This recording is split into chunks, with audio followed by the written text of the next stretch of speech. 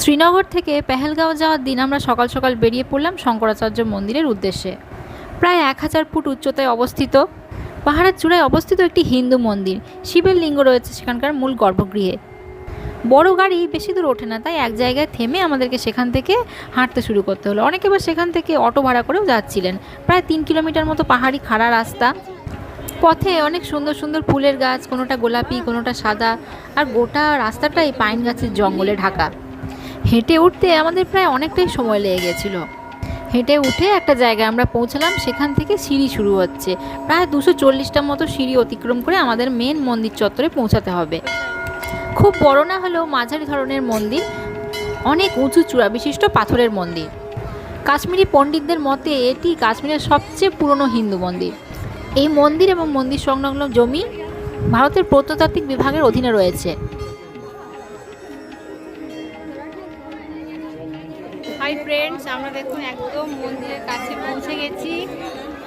দেখুন প্রচুর লোকের সমাগম এখানে। মন্দিরটার এবারে একদম উপরে আমরা উঠবো। দক্ষিণ ভারত থেকে পণ্ডিত শঙ্করাচার্য এই অঞ্চলে আসেন এবং এখানে এই পাহাড়ের গুহায় ধ্যান করেছিলেন অনেকদিন, এবং এখানে একটি শিবলিঙ্গ প্রতিষ্ঠা করেন। সেই থেকেই এই মন্দিরটির নাম হয় শঙ্করাচার্যের মন্দির। একবার এই মন্দিরটি বিভিন্ন প্রাকৃতিক দুর্যোগ এবং হামলার কারণে একদম ধ্বংস হয়ে যায়। আবার পরে বিভিন্ন রাজরাজারা এই মন্দিরটিকে পুনরুদ্ধার করেন।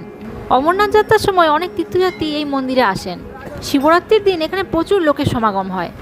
2000 সালের বলিউড ফিল্ম মিশন কাশ্মীর এবং পুকার এই দুটি ছবিতেই এই মন্দিরকে দেখানো হয়।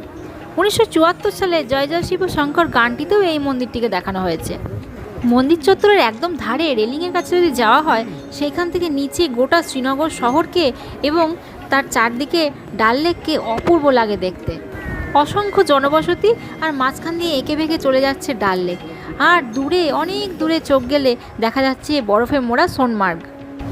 আপনারা লক্ষ্য করে দেখুন, দূরের পাহাড়গুলো অতটা স্পষ্ট নয়, কারণ ভালোই মেঘাচ্ছন্ন ছিল সেদিন পরিবেশটা।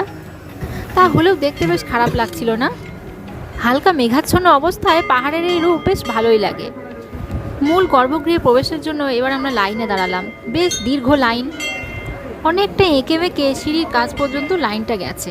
যেখানে লাইনটা থেমেছে সেখান থেকে অনেকগুলো খাড়া সিঁড়ি পাথরের, সেগুলো অতিক্রম করে মূল গর্ভগৃহে ঢুকতে হবে।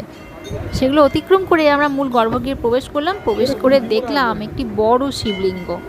শিবলিঙ্গটাকে আমরা সবাই চক্রাকারে একবার প্রদক্ষিণ করলাম, এবং তারপরে বেরোনোর পথে আমাদেরকে ওখানকার পুরোহিত টিকা লাগিয়ে দিলেন এবং স্নান জল দিলেন। তারপর সেখান থেকে বেরিয়ে এলাম এবং ধীরে ধীরে সিঁড়ি দিয়ে নামতে লাগলাম। কিছুটা নামার পরে দেখলাম সেই গুহা যেখানে শঙ্করাচার্য ধ্যান করেছিলেন। সেখান থেকে আরও সিঁড়ি বেয়ে আমরা একদম নিচে নেমে এলাম।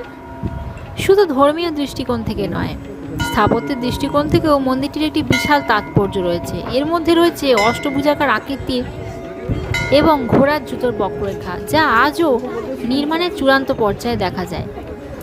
অনেকের বিশ্বাস যে এখানে শিব ও শক্তির মিলন ঘটেছে। আমাদের আরও কিছুক্ষণ এই পবিত্র মন্দির চত্বরে বসে থাকার খুব ইচ্ছা ছিল, কিন্তু সময়ের অভাবে তা আমরা পারলাম না, যেহেতু আমাদেরকে এবার যেতে হবে পেহেলগাঁওয়ের উদ্দেশ্যে। এখানকার প্রাকৃতিক পরিবেশ এবং আধ্যাত্মিক পরিবেশ সত্যি মনোমুগ্ধকর। আপনারা যারা পরবর্তীকালে কাশ্মীরে বেড়াতে আসবেন, তারা শ্রীনগরের এই শঙ্করাচার্যের মন্দির অবশ্যই দর্শন করতে আসবেন।